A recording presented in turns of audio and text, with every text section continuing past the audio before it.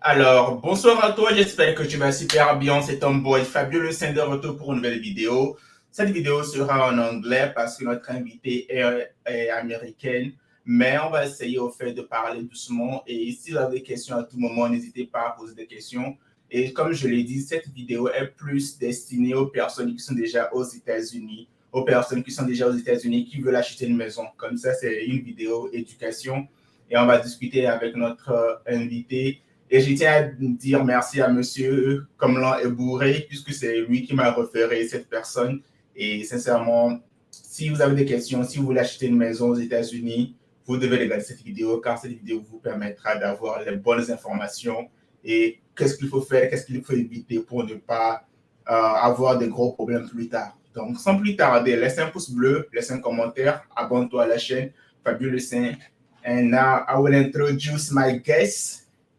Hello, Becky. Hi. Hey, Hello. welcome to our show. So it's a pleasure for me to receive you here, and I'm so glad that you're with us. So Thank you for having me. you're welcome. You want to say something before we start? You want to say something in French? Something real quick? Just say something in French.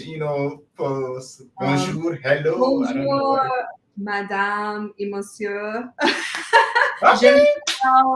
Je m'appelle Becky. It's great. It's great. It's great. It's my old high school French. That's good. We get it. That's most important. So we just before we start, I want to say thank you because I remember when I first received Ebure in the show Zola, and he told us about his journey on how he bought a house, and that's where I'm like, oh, since you have somebody you think he says so great nice thing about you, I'm like, okay, I'm interested now. Now I'm invested. I want to know, like, can we have the contact of that real estate agent? Because many people before asking me, hey, do you know somebody who was a real estate agent? Maybe we can have advice. First question that I have for you, is it possible for you to help somebody who's like in other states other than California? I can help people in different states through other realtors. So every state has its own Department of Real Estate by the state, different regulations. So I'm licensed in the state of California. I have team members in many places in California. And I can also work across states by finding you a real estate agent and interviewing them and connecting them with you. So that would be my role for other people who are outside of California who have questions about real estate, want to work with a realtor. I can talk with you, and there's a process that I have that is in some of my slides, but absolutely I can help connect. True. Good. Okay, that's good to know because I'm pretty sure a lot of people that follow me that are in US, mostly are in Iowa, Illinois, some of them in Virginia, Maryland. So it's also nice to see that a lot of you, you can be able to assist them even though they are not in your states. Absolutely, yes. And I know you have some question for me because that's funny. In this show, we talk about immigration, and I was amazed by the fact that you said you were surprised that we came through the lottery, and then you have some question. I will let you ask your question. I will let you ask your question. I will be volunteer to answer. Oh, thank you. Well, for me, it was a real opportunity and pleasure working with the Abore family. And they were explaining to me how they got into the country and the process of the lottery. And I was like totally blown away, like that there is, a community of people who have gotten into the United States looking for the American dream and finding it in some ways. I'm getting chills just thinking about it because it's just like, I think so many Americans take for granted the fact that there are these opportunities here. And when I saw and got the opportunity to work with the Abores, I was like, oh my gosh, they are so resilient, and they, connected with families like father and son purchasing together. That's a cool thing about real estate. You can purchase with up to 12 people sometimes and pool your funds, buy a house together. A lot of people don't know you can do that. But, they purchased father and son, And I'll talk a little bit about their journey, but it was just like the resilience and the gratitude and the appreciation for like, you know, the process of it, which can be kind of hard and taxing. It was like amazing to hear even the journey coming into the States. And so for me, my question is, I was curious, you know, how many individuals are there from Africa coming through the lottery? You said it was 20 million people maybe who are Each applying? year, yeah, it's more like every year there is like more than 10 million people who participate to the lottery. And this program was been going on since 1994, I believe. So imagine like if we just take like a random number like of maybe 5,000, okay, let's take 10,000 people from Africa coming to US every Right. year. So if you take it from 10,000 people every year since 1995 until now, so it's basically, you know, lot of there's a lot of African people either from Togo, Ghana, Nigeria, Congo, Cameroon, Ivory Coast. There is a lot. There is a lot of us here, and growing up, you know, US was the dream. You know, coming to United States was like the dream, and we grow up dreaming about US, and being in this country is like it's sort of like a dream come true for a lot of us. And I think we are very grateful to be able to be here because we know so many people who would give up everything to be in these shoes, to be able to work to United States, join the army, be a professional basketball player. Like there is so many dreams in our mind when you come here that I can guarantee you that like this video, I know for sure people can really interact because the video is in English, but there is a lot of my brothers and sisters from Africa that live in 50 states of United States, and I'm pretty sure they're gonna find this video very interesting because the topic of buying a house in the United States is very important because everybody wanna have his own house, but for us not being able to have access to all the information available out there is a break, you know, it's like it doesn't really help us. And honestly, I'm very excited about this video, and I'm pretty sure I don't really expect to make impact on million of people. I just want to make impact in one person's life. And if one person can just see this video and be helped by this, I'll be grateful. I'll be happy. So that's my goal. Yeah, no, totally. And there's so much information to learn about it. And I think even Americans don't understand the process because it is kind of complicated. There are a lot of people involved, you know, and there's a lot of steps, and then you have to find the right partners to work with. You know, that's really important.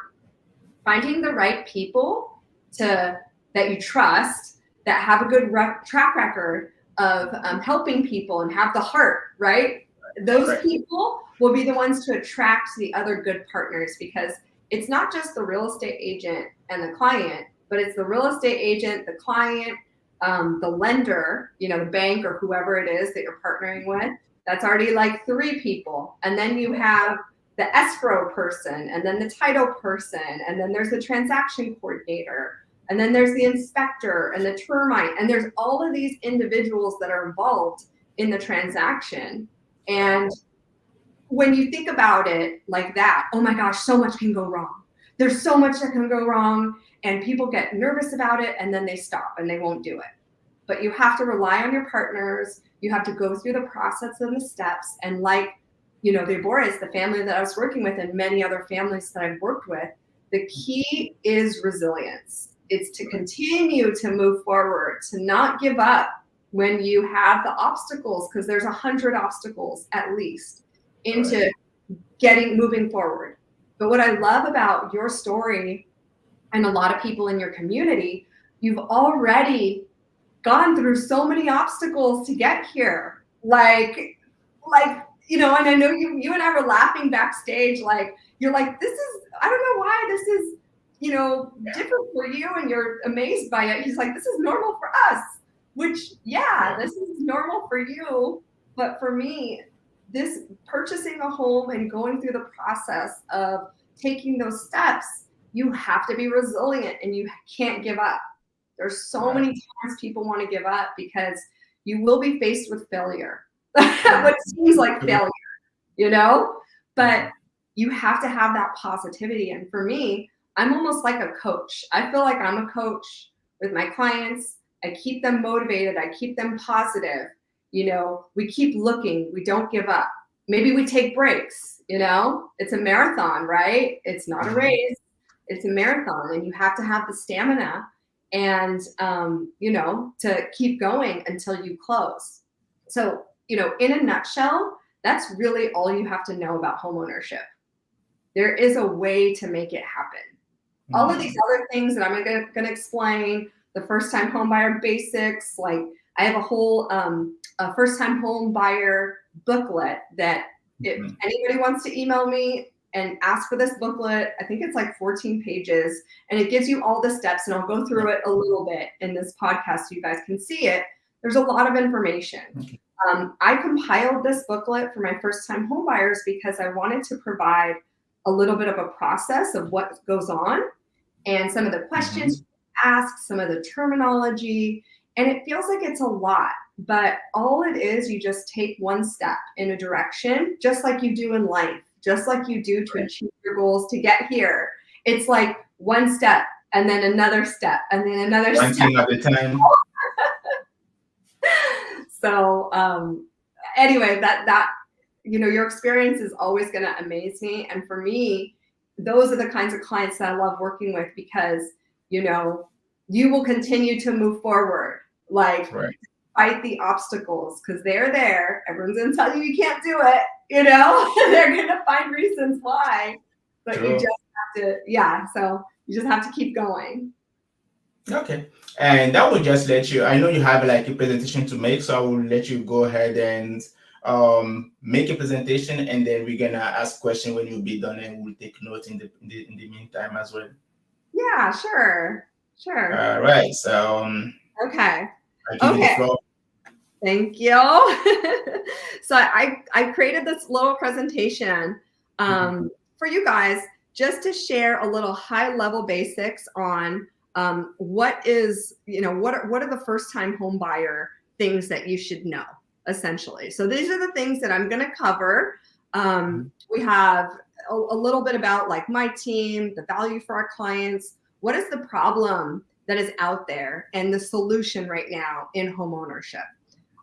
Third, we're going to talk about purchasing first time and then staying in touch. Again, I have this first time home buyer booklet, which I don't know, can you scroll to that really quickly just to show it? This is a first time home buyer booklet. I think it's about like 14 pages, but it has a ton of stuff in here. Before I go into the presentation, I just want to show you really quickly so you know there's a ton of stuff that's involved in here. It gives you information about the process, all of this. If you send an email to me, and my contact information is at the end of this presentation, I will send this to you so that you can have it. And you can just have this guide with you. You can always ask me questions.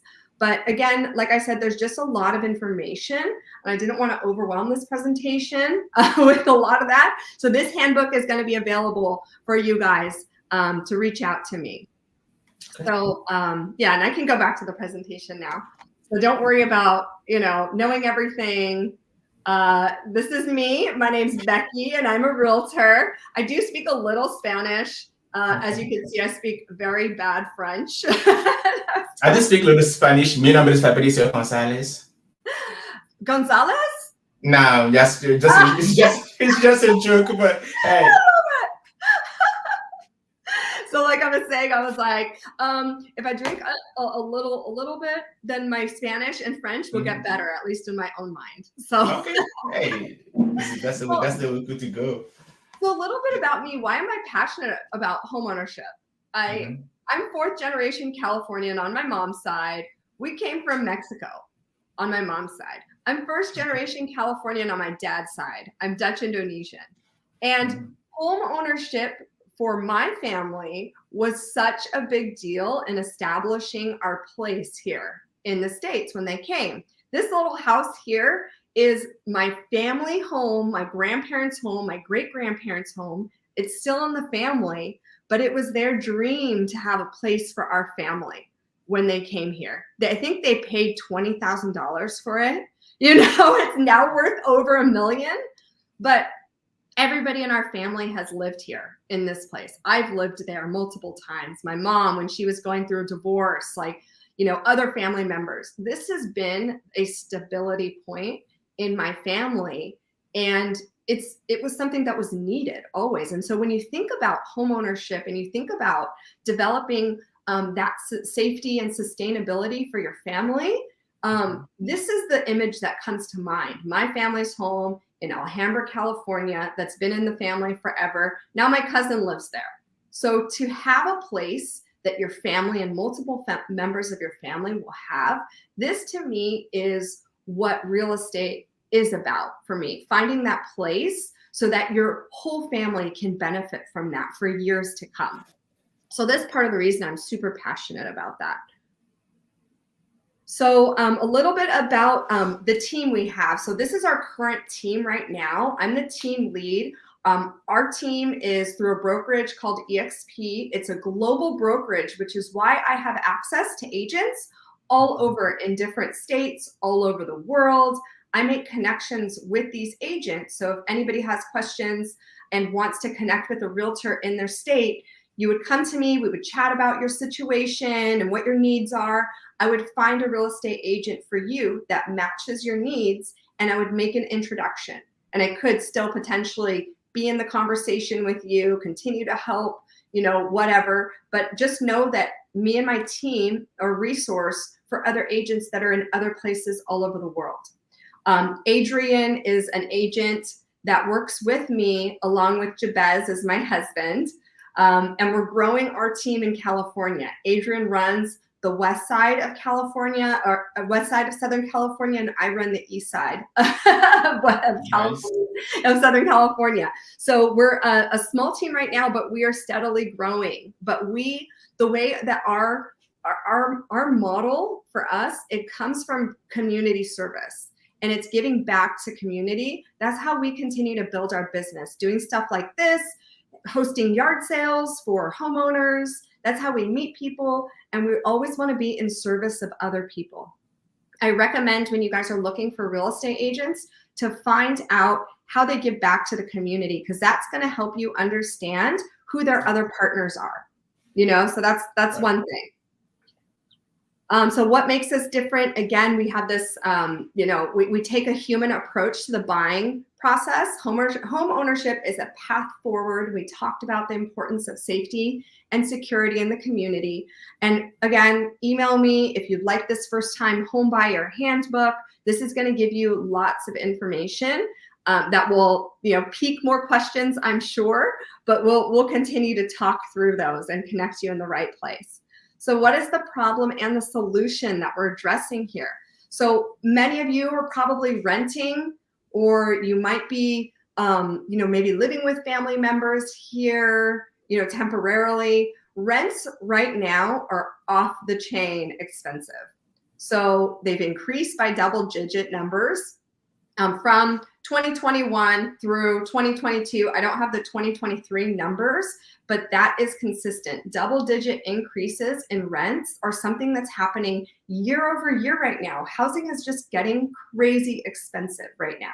So when you think about your rent increasing 15% every year, you have to think about, okay, I know that I'm putting this money into rent, but am I putting this money into a place for my family, for their future?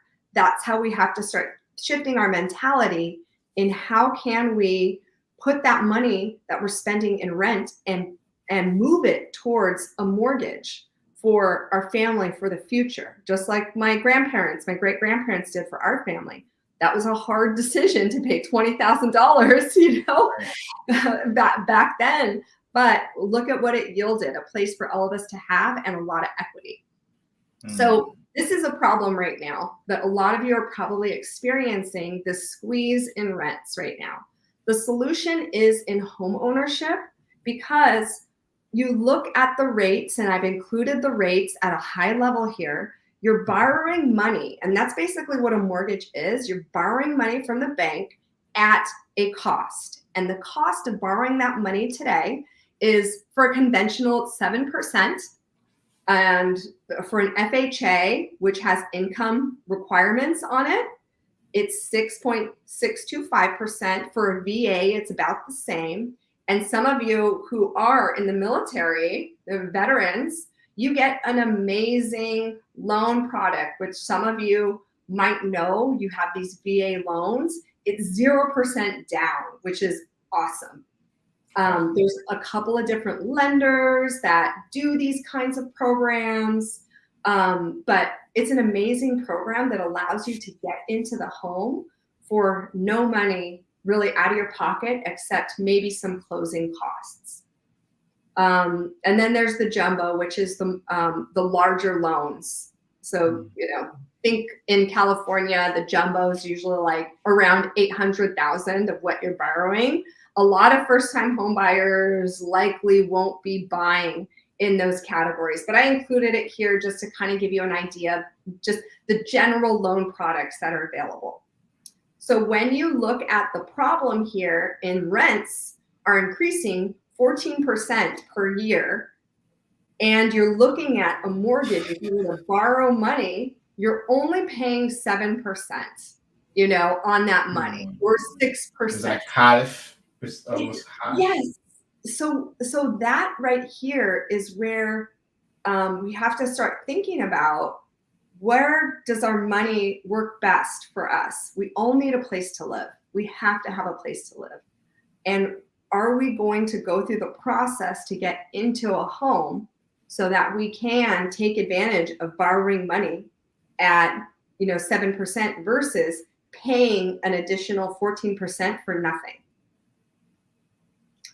And if you ever want to ask a question, please let me know. I don't want to. That's fine. It's so good.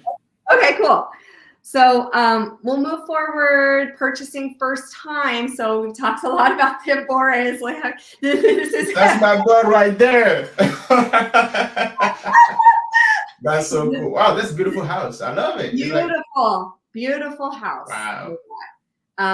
And what was really great about this family, they had an idea of where they wanted to live. And we all have an idea of where we want to live. And when you start looking into it, you're like, dang, like I can't afford to live there yet. So where can I afford? They were so flexible and open and down to earth about where, and we were able to talk very quickly about different kinds of areas where they could live and figure out what was more important to you, the location or getting a larger house with a bedroom for everyone. And that ended up being more important. So we had to change our location a bit. And that's part of what happens when you go through the buying process. You have this vision of where you think you're going to be. And then you say, what can I afford right now? It's different. And then you think about it as a step, but look at this step. Like, this is amazing to have, this big, beautiful home. Everyone's comfortable, has the space. So those are the kind of levers you're going to have to think about in home ownership. What am I going to give up if I spend extra money? Or what am I going to get for the money that I'm spending? And where is that going to be? How is that going to affect my quality of life? How long is the drive to work from home? I mean, there's all of these factors you have to think about until you settle on the right kind of place and the right location. And for them, they were able to find it. And yay, awesome. We're super, super excited. So this is the process that I go through, and anybody who's interested in just talking about real estate more and starting the process, like, where do I begin? The first step is to book an appointment with me, and I hyperlinked this. So if you send this presentation out, people can book an appointment on there. We can chat 20 minutes. And the second thing we do during that appointment is I review your list of needs and I understand your timeline. What is it you want? Which state are you in? Who are we going to have to connect you with? The third thing, I connect you with a lender partner. I have several different lenders depending on whether you want to do VA, FHA, conventional, all these different products. Depending on what your situation is, I connect you with the right kind of lender. And even if you have your own business and you do what's called, there's all these different products. So I'm not going to bore you with that, but that's why we need to talk so I can connect you with the right person so that they can approve you for your loan. And the next thing, connect you with the right kind of realtor in the state that you're living in. And then that's an interview process, and we go through that together with them. I can walk you through that as well. And I'm happy to handhold until we find the right realtor partner that works for you. And the next thing is we create a plan to achieve your goals. We get you approved, we shop for a home, and then you make an offer. And that is essentially what it is until we get into escrow. And so closing is the goal. Closing on the home is the goal. And these are real clients here. So I used real pictures of real people that I've been working with. You'll see my clients in the first at the top, James and Gretel. They just purchased a home, closed on their home 2 weeks ago. This is an example of what resilience looks like. 30 properties, 2 offers, 2 lenders before success. Resilience is key. The Abores had the same kind of experience. We looked at almost 40 properties. We had 3 offers in, and they talked to 2 lenders before we were able to close. So I want to give you these numbers to let you know that the first home you go out there and see is not usually, very rarely, is it going to be the first one that works. True. Yeah. I was even about to ask, does it happen to you that maybe somebody contacts you to get a house, and then maybe you go over 3, 4, 5 houses, and then they still not satisfied about the type of house they're getting, and how do you handle that if maybe somebody comes to you like, hey, I want a house, and then you're like, okay, this is what I have, and they're like, no, I'm not satisfied. How do you handle those things? If they're not satisfied with what I show them? Yeah, and that happens too with the Abores. It's something that when you're first starting a relationship with somebody, it's important to get to understand what their likes and dislikes are. So you have to have a realtor that's listening to you. So when I first showed the set of properties to the Abores, what they could afford in the areas that they really wanted to be in. They did not like the houses, did not like the areas, it didn't feel safe to them. And they needed to make that decision to change, what area that they were looking in. And so we had to kind of go back to the drawing board. First day we went out, there weren't a lot of houses that were in their price range. So we had to go back and expand our search and find some houses that were in better areas, that were bigger, and that met their criteria until we found the right one. So it definitely happens. The first time you go out with a client, you normally don't like the stuff that you see, and that's okay. So there's a question that's somebody just asking in the chat, and the question is it better to buy a house or to build a house? So that's a really good question. I will say that it depends. When you go and build a house, because I have relationships with some great builders, if they offer you really good financing, because some builders like KB Homes, there's Lennar is not my favorite to work with, but there's so many different places out there that will give you incentive. So they'll give you a low interest rate. So that's what I would ask. What's your financing like? And if they give you some really good terms that are less than what I showed you, let's say they give you what's called a buy down, where they'll give you a 5% rate, which is awesome. Some places I've seen, they'll give you 5% for 30 years. That is an unreal deal. And sometimes they'll throw in 30 grand on top of that because they're trying to get rid of their inventory. That could be an amazing deal for you, but make sure you look at the financing. So it's really going to kind of depend. Some people like to buy homes. They're called resale, and that's normally what we're talking about here. That's usually what I sell, homes that have been lived in before. You know, it could be good in some ways, but it depends. Like if you want them closer to a location you're going to want to be in, a resale home is going to be more cost effective for you. But you have to think about what's the age of the home. Are things going to break down? You know, you have insurance and a warranty. You know, it just really depends again. So that's a really good question, but it's going to depend on your scenario, what your budget is, what the financing is that the new build is giving you, and the phase that you're getting into the new build. So really, really good question. All right. Okay, I will let you proceed with the presentation. Okay, cool. And then the other thing too, so you have your search and offer phase, and then you have your escrow and inspection phase. So this phase is really important when you talk about, okay, we go through the hurdles of finding the right house. After all these properties, we found the right house, and now we're getting into escrow.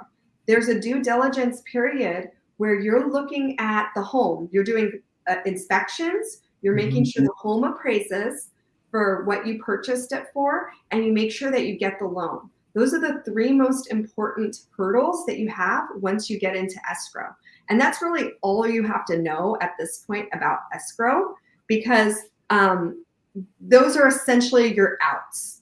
If you find that something is hugely wrong with the inspection, you can leave and you get your money back. Okay, that's good to know. It's good to know, but you don't get your money back for the inspection. So you see that inspector guy there? That guy costs between $300, it depends on the size of the house. That guy costs $300 to $700 to get him to come out and inspect the property and give a report. You don't get that money back, but you get your earnest money deposit back if you find something in the home that doesn't meet your criteria and you walk away. So that's what your inspection contingency protects the buyer from. The second thing is the appraisal. So if the home doesn't appraise for what you offered, you know, what you offered it for, then you can renegotiate with the seller, which is something that the Aboris and I did because their property didn't appraise for what we put the offer in. So we go back and renegotiate. And if you're FHA, which is a protected class of buyers, then that person has to sell you the house for what it appraises for, essentially, because that's a protection mechanism for that protected class of buyer. So, I mean, there are things that, you know, the inspection is the most important part. You have to make sure you love the house and everything that's about it. The second most important thing is the property appraising.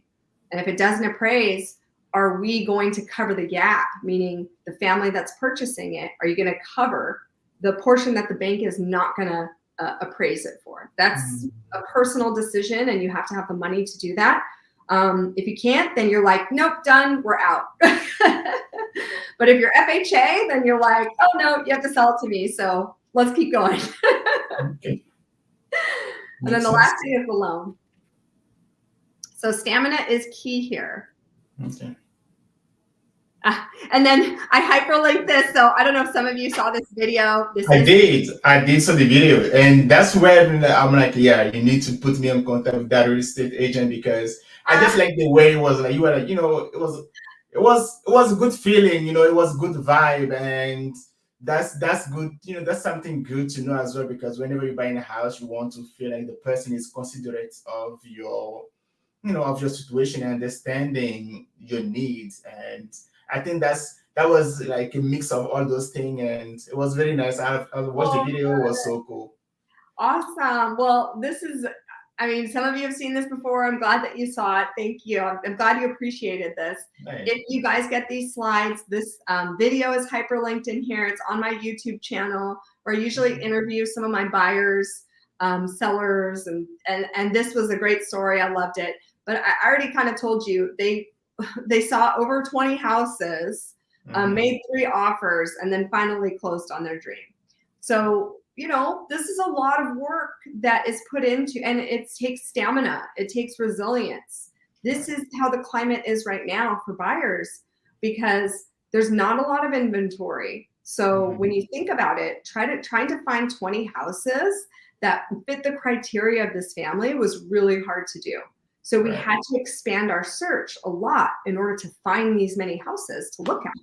But, you know, it's worth it. And then when you finally find the one that you like, it's just like, it's a perfect fit. So take a look at that when you get a chance. And my last bit of advice is you just keep moving forward. Like, you know, I said that in the beginning, it's all about stamina. It's about resilience. I feel like a good realtor is one that like coaches you, just keeps encouraging you through positivity to keep moving forward and remind you of your dreams, you know, because that's why we're doing this. We all have this vision of where we want to be, like where we see ourselves. And if you have, you know, no matter what realtor you work with, whoever your partners are, make sure that they're positive and they're encouraging you, because you don't want to be around the negativity. There's too much negativity around.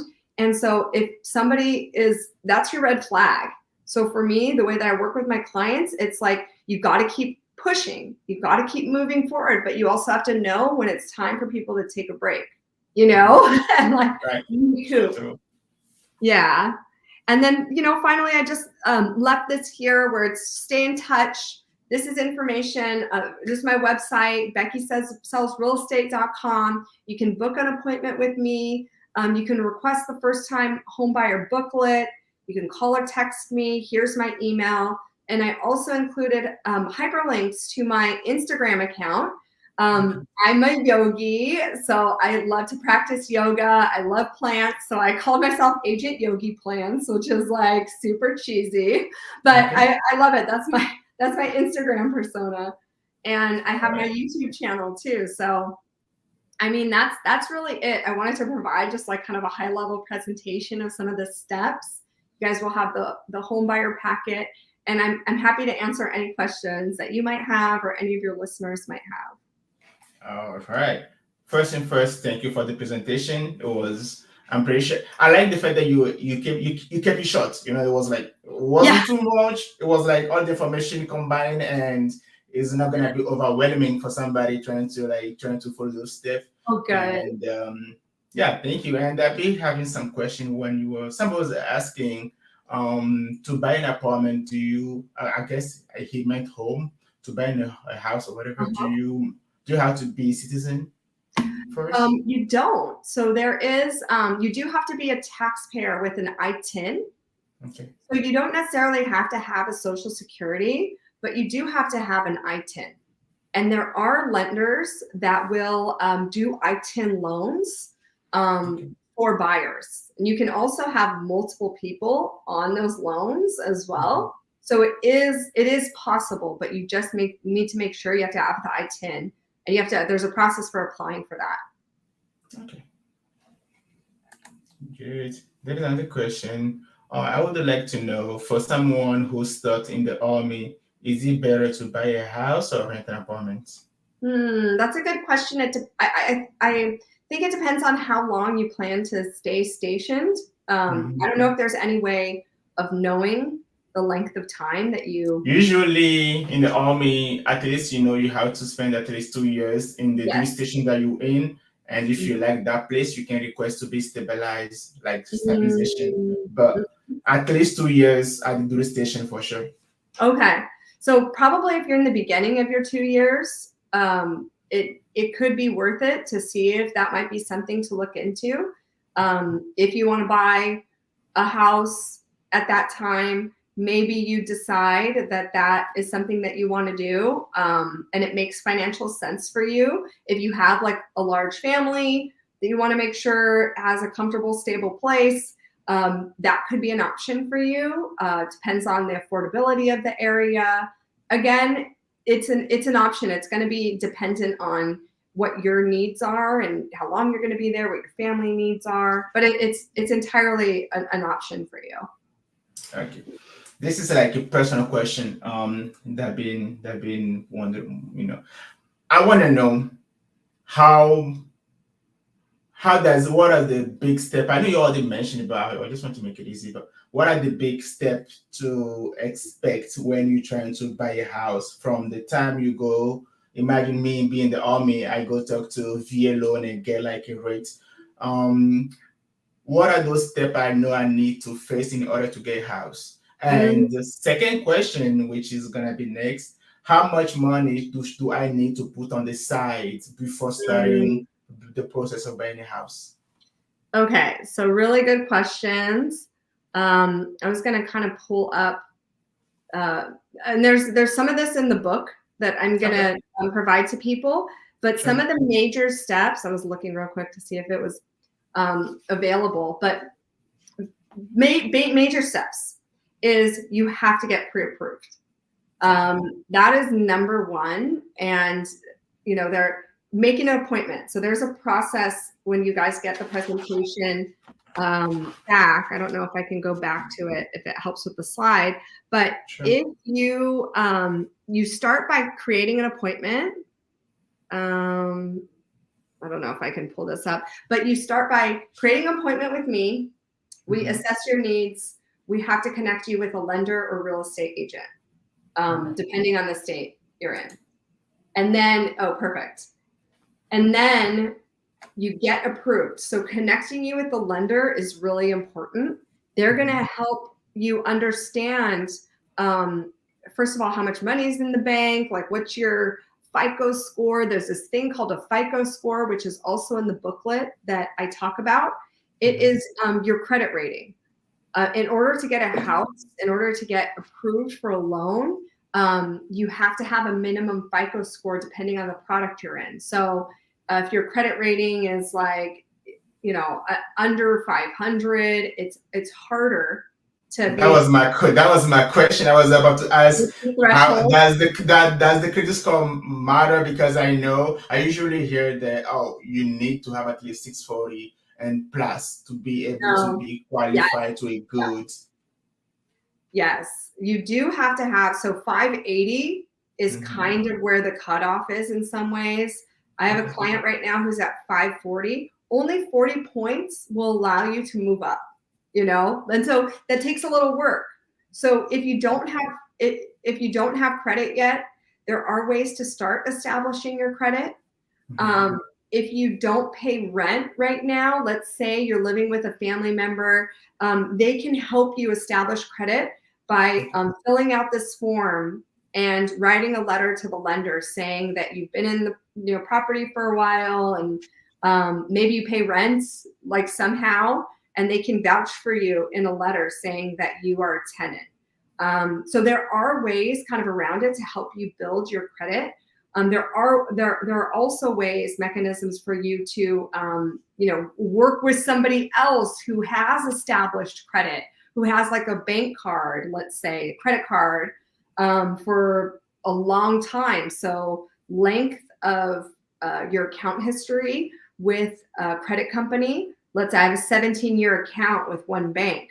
That is going to bump me up on my credit score because they're like, oh, like she's got an account for a long time.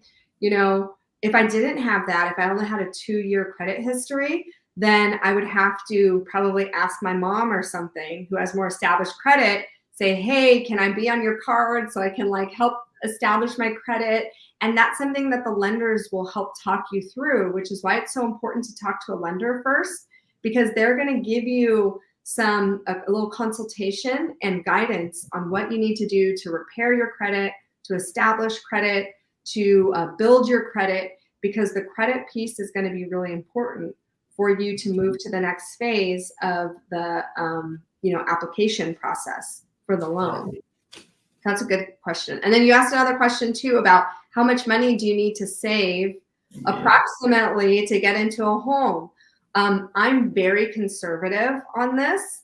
Most people will say it costs about 6% of the purchase price that you need to save for closing costs, for inspection fees, for, all of that stuff in order to actually get into the home. But you also want to save an additional 4%, have that on hand, because stuff is going to happen in the home, especially if you're buying resale.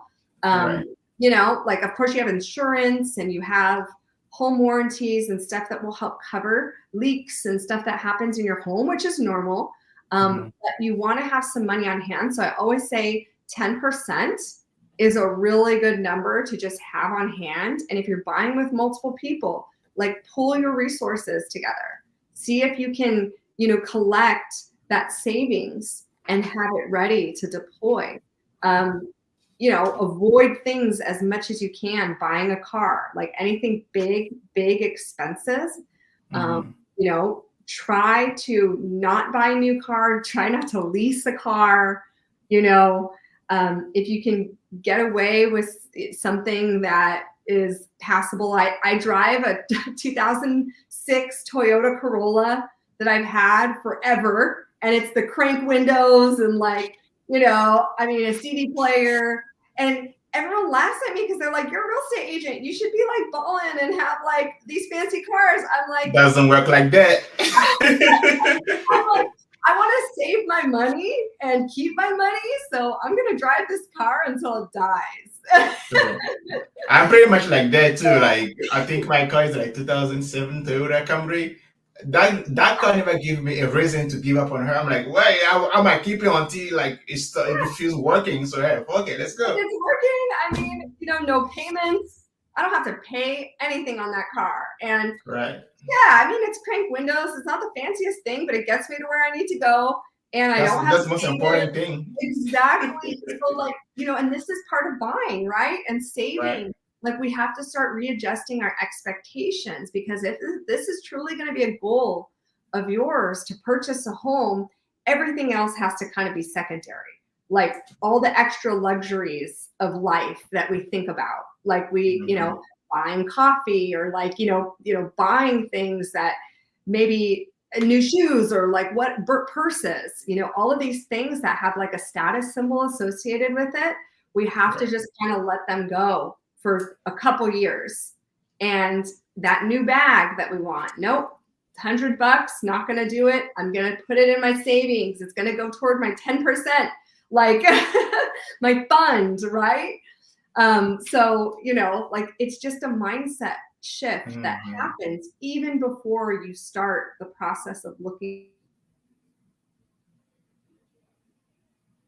for things, so that I can get the home, and then I get the car, and then I get the bags, and whatever you want, after that.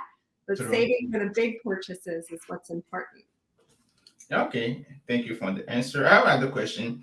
Usually one issue that we run into when buying a house is to find a good offer, and especially with a good APR, which is, we know usually when you buy a house, you have 30 years to pay off the house, and over time there's interest.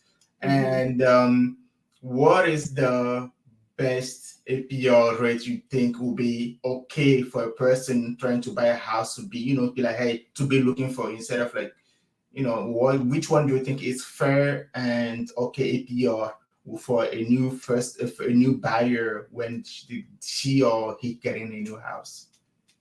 So also something that doesn't have a direct question or direct answer to it.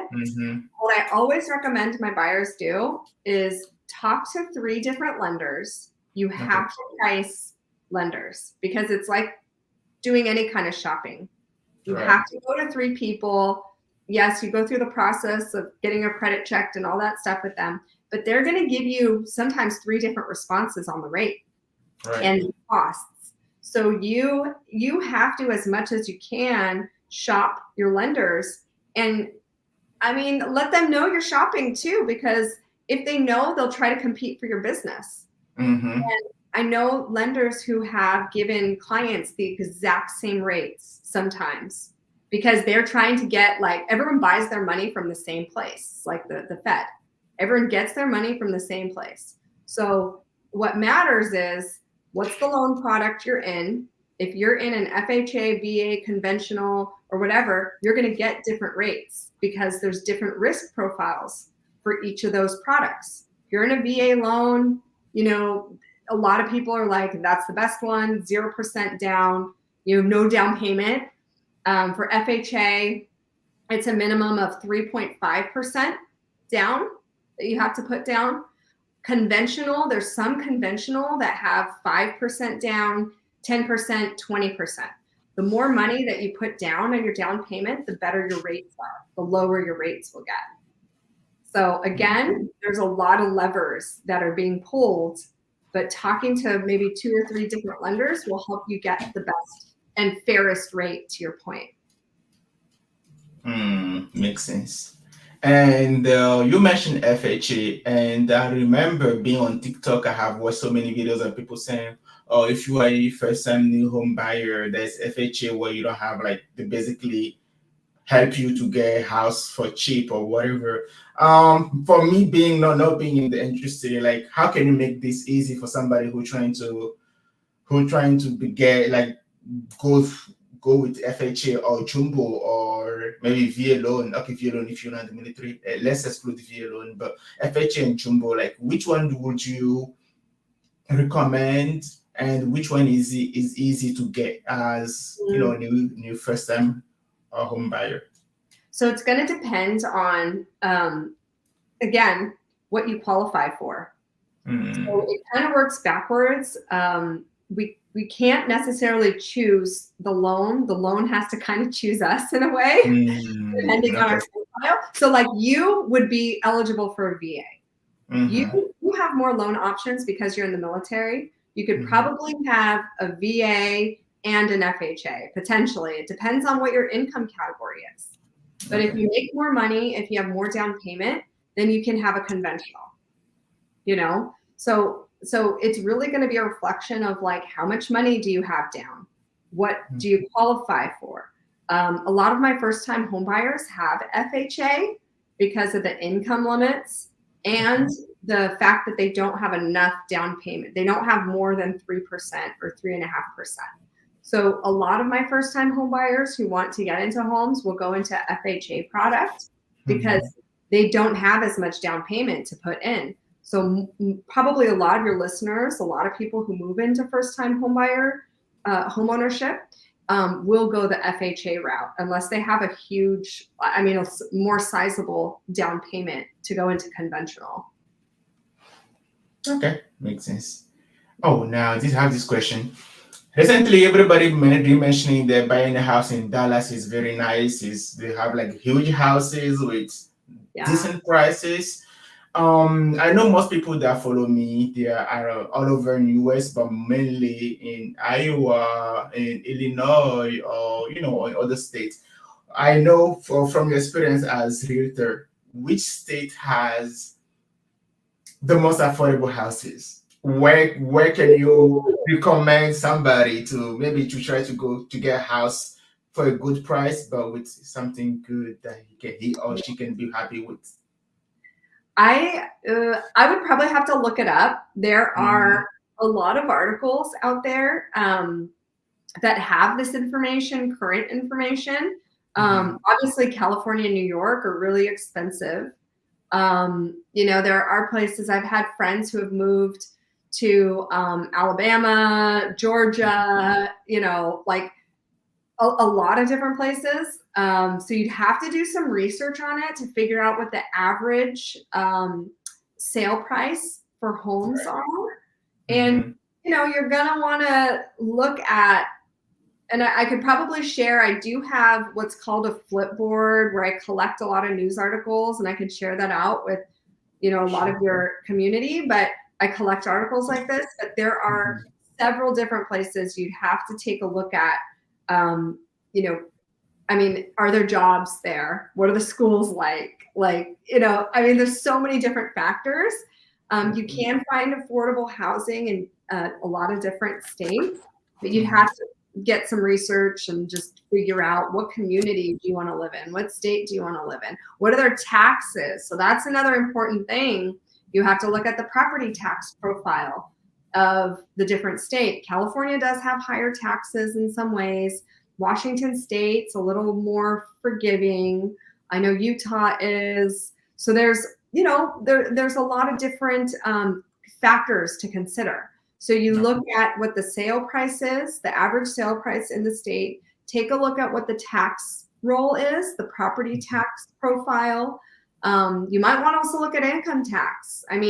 All of that is going to add to what your total cost of living is going to be. And can you get a job like in those states? So again, I know it's not a straightforward answer, but there is affordable housing out there. And even in California, there's affordable housing. It's just a matter of how far from the city center you are comfortable being, you know, and that's always what it is. Okay, interesting. And that is another something also that I hear a lot is they usually say if you want to rent or buy a house, you need to make sure that to have a house where the school is the most you need to look online first and see the rating of the school. If like the school is like a popular school where everything is safe, the house is more expensive. I don't know if I put it right, but what do you think about it? Do you think because I'm pretty sure most people who are trying to buy a house, they have kids, they're trying to have a secure environment for the kids to go to school. Does Yeah. that impact the price of the housing in the area? Yes, it does. So the better the schools are in the area, the more expensive the houses are. And there is a direct correlation with that. When you look at schools, school scores, there is this website called greatschools.org, and you can look up the schools in the different area that you're in and check out what their rating is on great schools. And there's a ton of different things that go on into the ratings. Some of it is test scores. A lot of it is actually test scores. You know, some of it could be like the kind of programs that they have available. Some of it could be safety. So there's a lot of different components that go into that. And usually, and a lot of times, the schools that have the best test scores and have the highest ratings do have the most expensive housing, because here in the States, we have to live in the community that we're in to get access to the schools that are around us. If we need to change schools out of our district, we have to request a transfer. It's totally doable. You can do it. You know, this is something that I also explained to my clients, the Abores, because they were moving schools potentially. You can request what's called inter-district transfer, and you can ask for your child to be moved to a different district if you want to. So it's doable, it's an option, but a lot of people live in less expensive places and can move their children to a better school district in order to kind of get around that. Okay. I guess somebody who is in the need, they know what to do now. A question from one of my friends who's in the military here is asking, how many times can I use the VA to buy a house? Oh, so you can use it.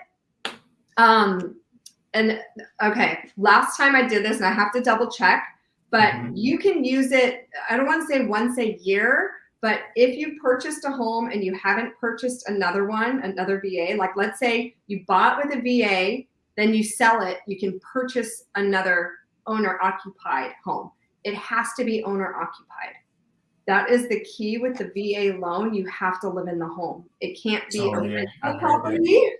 Yeah, it can't be a rental property. So if you've used it before, you can use it for the rest of your life as long as you live in that home. And you can't use it for investment properties, which I understand, you know, why that would be the case. But there's other loan options that might be available for you. If you have your owner-occupied VA loan, you can purchase a home with an investor, a different kind of loan product. You're not going to get the 0% down, you know, payment. You'll have to put in a little extra money, like for the down payment, in order to get the different loan. But there's other options still that are available to you if you want to buy investment properties. Okay, interesting. I have a question there. I think you already answered to, but I think the person need more clarification. So why not? She's like, in which state is better to buy a house according to taxes and safety? And also, please, can you explain again about the community? I think that's what you just said about the safety of the houses and which. So again, I don't have that information off at the top of my head. What I would suggest is doing some research around the state that you want to live in. the reason I live in California is I'm 4th generation Californian, and my family's all here. Would we live in another state? Maybe, if anything, Washington State. We have a lot of family connections there. They're not the cheapest of states. But oh yeah, definitely. I can assure you that state is very expensive. I heard about it. Well, California? Yeah, California. That's why I'm driving my 2006 Corolla still. I mean, it just. I don't blame you. Again, you're going to have to do some research on the state that's better to buy houses, and then the taxes. There is that information that's out there, and it's current, and it always comes up. It always comes up.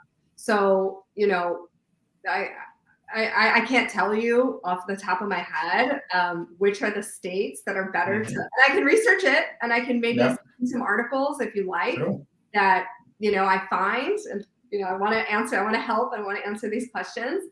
And there are going to be also there are going to be like research articles too that show you exactly what the tax rates are per state. So I can add that in my list of follow-ups to maybe like do a little research. That'd be nice. And just because it seems like a question that's coming up a lot, because it is important, and especially sounds like your community is like pretty mobile. Like you guys can pretty much go anywhere. Oh yeah. Hey, we chasing the dream, okay? If you hear that it's better in Cali, we're going to Cali. If it's better in Iowa, we're going to Iowa. Hey, we're flexible, okay? We go everywhere. I'm going back. Come to Cali. Nah, honestly, that's my personal opinion, okay? I feel like I always tell people, if you first come to US, I advise you to stay like in small states like Iowa, Illinois, Ohio, whatever, because as a new person, like first it's easy to get a job in these places, and second, it helps you with the family and the kid because they are considered safe states, like quote unquote, depending where you live. But again, compared to New York or compared to California, it's not too bougie. It's not too crazy. It's like it's nice, and everything is like close to each other. You don't have to be driving like hours to go from one place to the other, and it's also easy to go to school in those states. Like if you lived in Iowa, you don't have much going on, so it's easy for you to focus on the school, easy to focus on whatever you have going on. And once you have that degree, your associate or your bachelor, whatever you want to have, then you can move into Dallas, you can move into California, Florida, and it gives you a sort of a stability, and then you can go ahead and explore the biggest America, all those 50, or maybe go to Puerto Rico if you want to. But again, to be stable is very important. At least that's from my point of view, to start like in a small state, to build yourself and have like a background, have like a good, have knowledge, have a degree, and then you can go out there.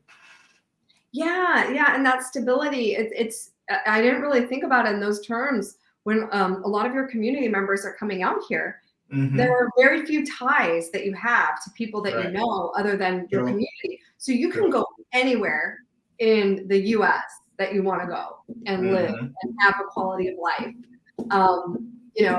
Again, that's a conversation I would love to have with anybody who wants to have that conversation. I've traveled to a bunch of different states. It's gonna come down to like, what's the life that you want to live? Do you have kids right now? Like, what grades are they in? What's important to you right now as you're building your life? What activities are important?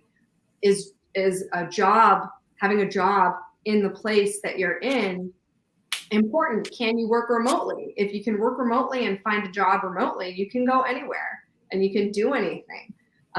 There's a lot of like you can move into that have remote work, but maybe that's not a priority for you. Maybe you want to, go and fish in Alaska and work on one of the, fishing boats. My husband was from Alaska, and he worked. His family owned one of the big fishing distribution centers there. And so they shipped fish, they caught fish, they shipped it out to all places all over the world. And that's some good money. Nice. You know? Hey, Like, it is. It is. Work 6 months. Everybody like fish, so hey. Yeah. So I mean, there's opportunities all over, you know, the country, and that's the cool thing about, I think, the position that you're in right now is you can go anywhere. Like I almost never get this question of like, okay, so what community is a good one to go in? But you can go and reverse engineer and say, this, I don't want to pay more than this tax rate right here. I want to live in this community that has these great schools.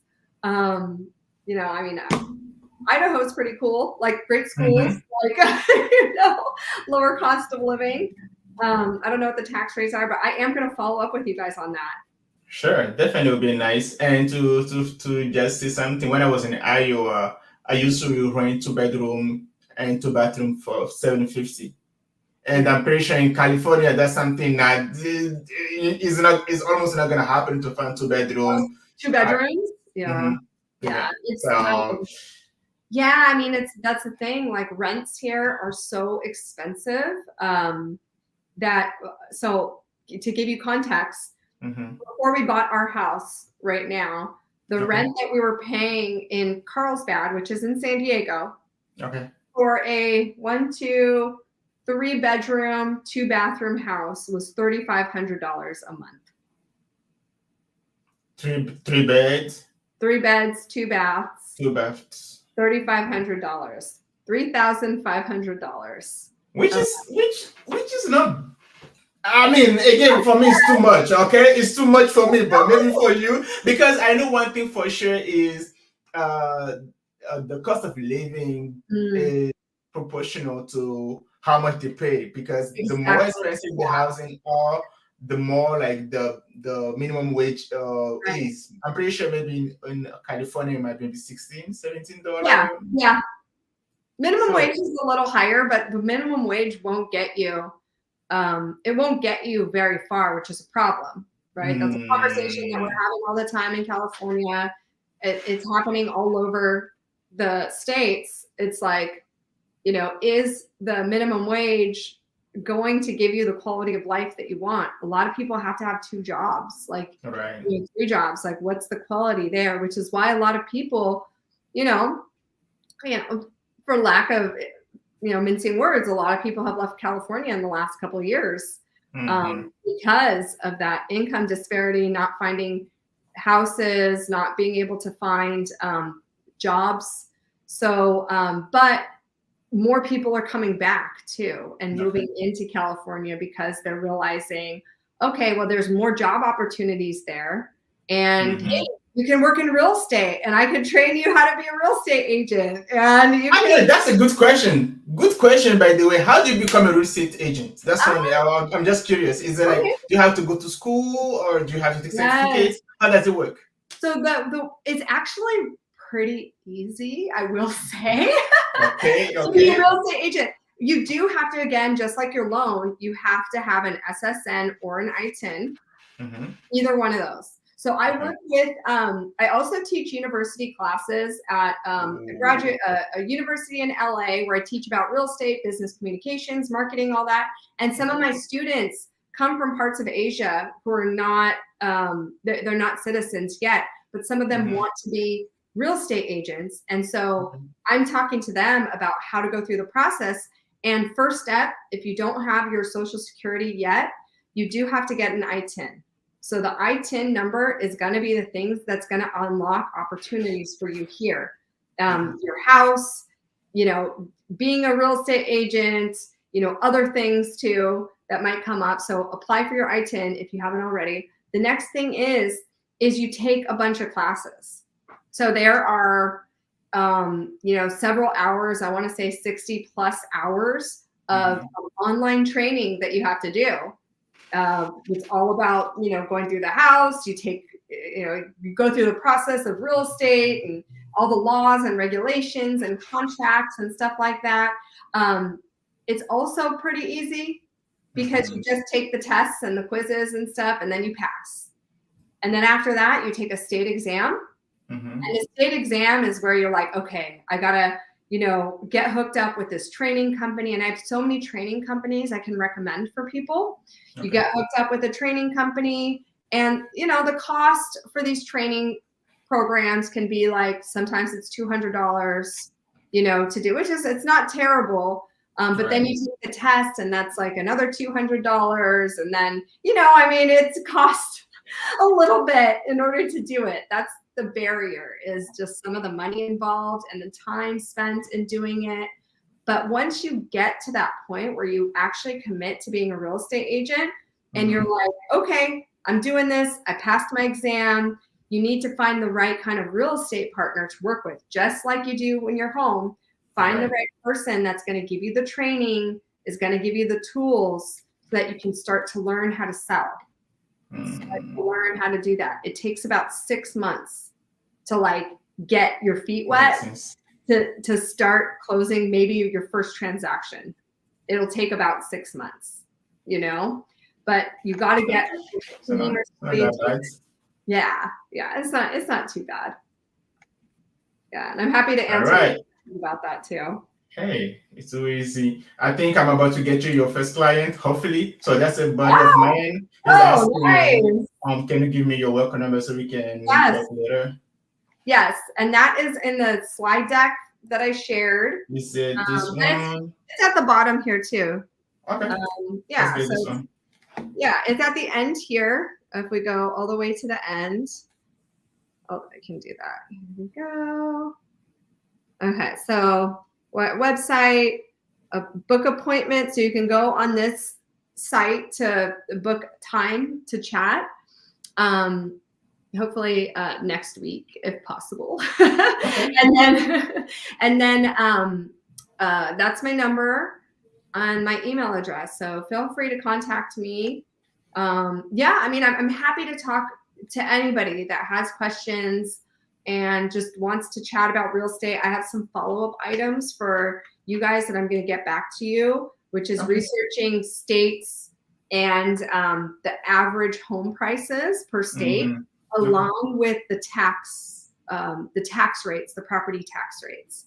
And so that, I think those are really good questions that you guys brought up, because it's awesome that it's a blank slate for you guys. You guys can go anywhere in the US. Like, this is the right way to think about it. It's like, okay, if I could go anywhere in the US, I didn't have any ties to family or anything, I don't even know where I would go. So this is for me to go.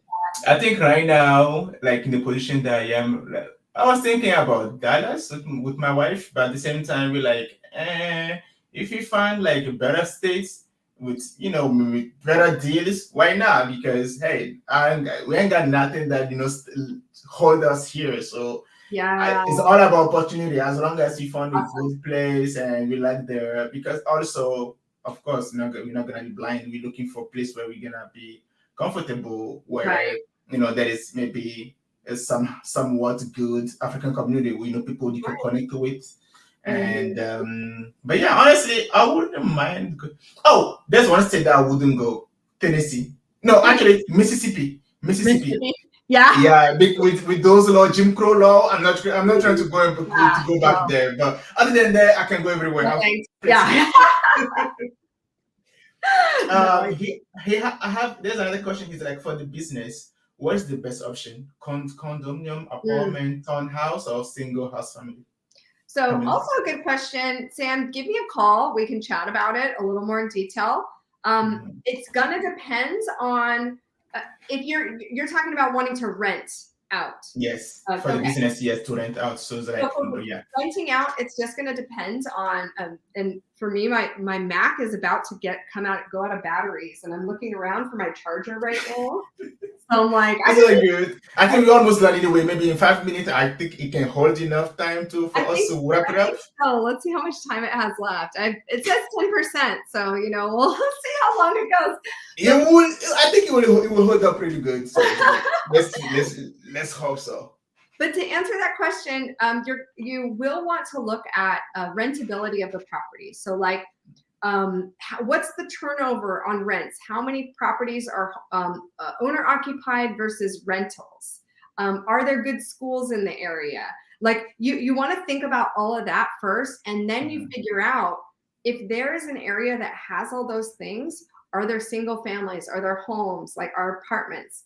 Condominiums are going to be a little less expensive, but there are HOAs, usually a monthly fee that is assessed to the homeowner for using the facilities on site. So again, it's going to be a calculation that you do with all of these factors in mind. I think that condos could be a good opportunity in some ways. I see a lot of people renting out condos, but usually, I will say this, usually single family homes are more valuable because you don't have to deal with a homeowners association, an HOA, telling you what to do on your property and like what else to do. This is annoying, actually. Like every change you have to make, you have to go talk to them. They have to come give you permission, and right. I thought that was my. Oh, that's let me tell you, that's something that makes a little difference between Africa and here. Because in Africa, when you buy a house or when you build a house, that's your house. Yeah. There is no tax on the property. There is nothing. Your house, that's your domain. Nobody has the right to tell you what to do. Like you do whatever you want because that's your house. Right. Everything is on you. I was shocked when I first came here and I learned about the property tax, mortgage every month. I'm like, bro, that's my house. Why am I paying mortgage for something that is on my name? That's my money. I bought it. It's supposed to be mine. But again, you know, that was culture shock that I had when I first came. And it is what it is. Yeah. And so most people do have a mortgage. They borrow the money from the bank to pay for their home. Very few people I know will pay it cash unless they built a ton of equity in their home that they're selling, and then they purchase the next home cash. And then no loan, nothing. But I find a lot of people, especially in the States, are trying to make money off of the money that they make from their home. So they're like, oh, if I can earn 12% in this mutual fund or this money market, whatever it is, or in this stock versus, you know, using that money to pay off my mortgage, I'd rather put that money to work and earn that versus, right. And so again, that's a whole other kind of conversation, but I think a lot of people talk in terms of like trying to juggle interest rates and figuring out how to make the most from borrowing other people's money. You know?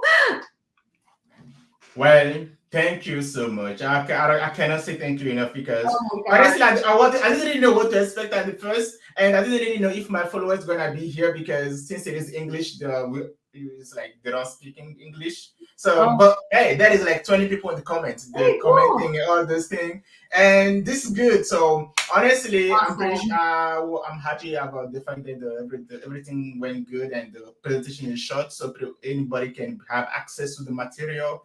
And again, comme l'a dit, si vous avez besoin du email, vous pouvez écrire, vous envoyer le support. And yeah, honestly, thank you so much for coming. I will let you, if you have like a last word or something to say before you go. I don't know.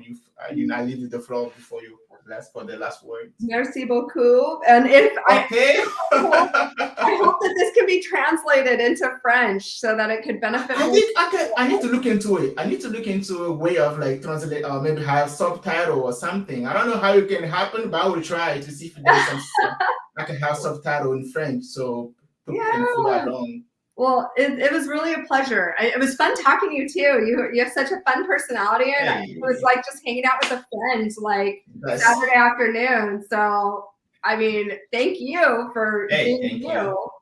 Thank you so much. Thank you for your flexibility. I know the time wasn't very well, but we make it work. So thank you so much. Totally. And honestly, I'm pretty sure people are gonna contact me after this. But whenever somebody contact me about real estate agent, I got you. You know, I would think about you. I will send them through. And let's get your photography business up and running. I will contact right after that because honestly, that's something I really want to break into, and I know I can do it. And just need that one chance to be able to break into it, and then make connection and make it happen because I love taking photos. And making photos, videos is something that I naturally enjoy doing. That's even my major. I'm doing communication, so that's something I'm trying to become better at. So yes, thank you so much for coming. Oh, thank you're you for your welcome. time. Thank you for leaving everything to be here with us and explaining all this. And I'm pretty sure somebody somewhere, it's not for everybody, at least it's for somebody. Somebody somewhere will find this message interesting.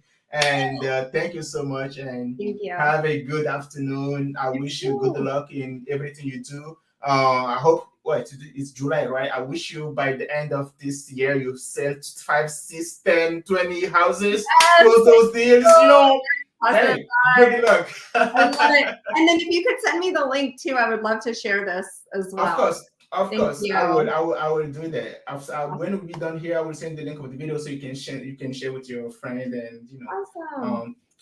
And I have my friends like for a backstory, he was the one whenever for the first time when Eburi talked about you, he's like, Fabio, you need to bring her here. She needs to come. And he's like, yeah, you need to come back again. So hey, see, anytime. So much love. If you want another topic, let me know. I'm happy to chat. Too easy. We'll do. Thank you so much for coming. Thank you guys so much. And I hope everyone has a great day. Happy home hunting in the future. Thank you so much. Yeah, bye.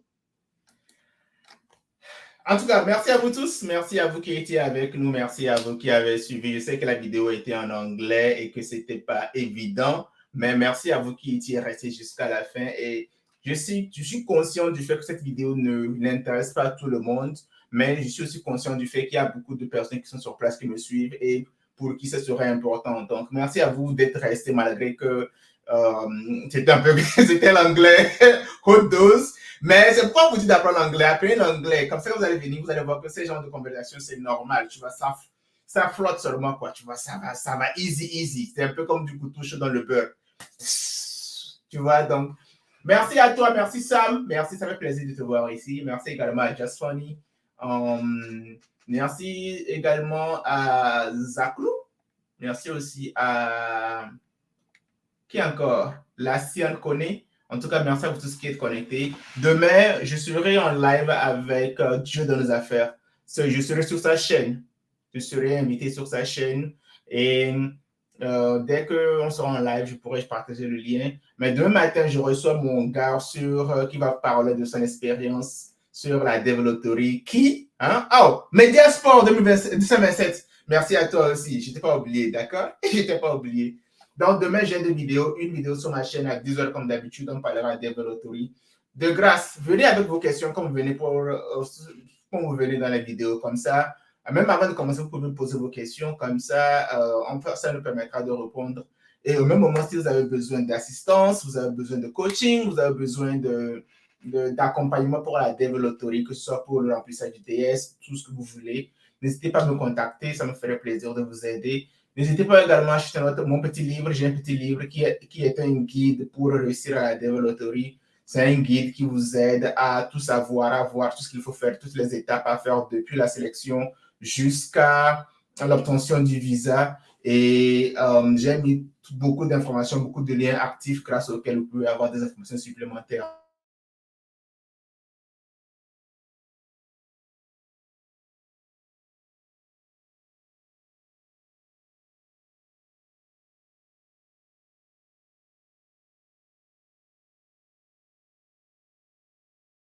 Pardon. Non, t'en fais pas, Mediasport. Viens avec tes questions.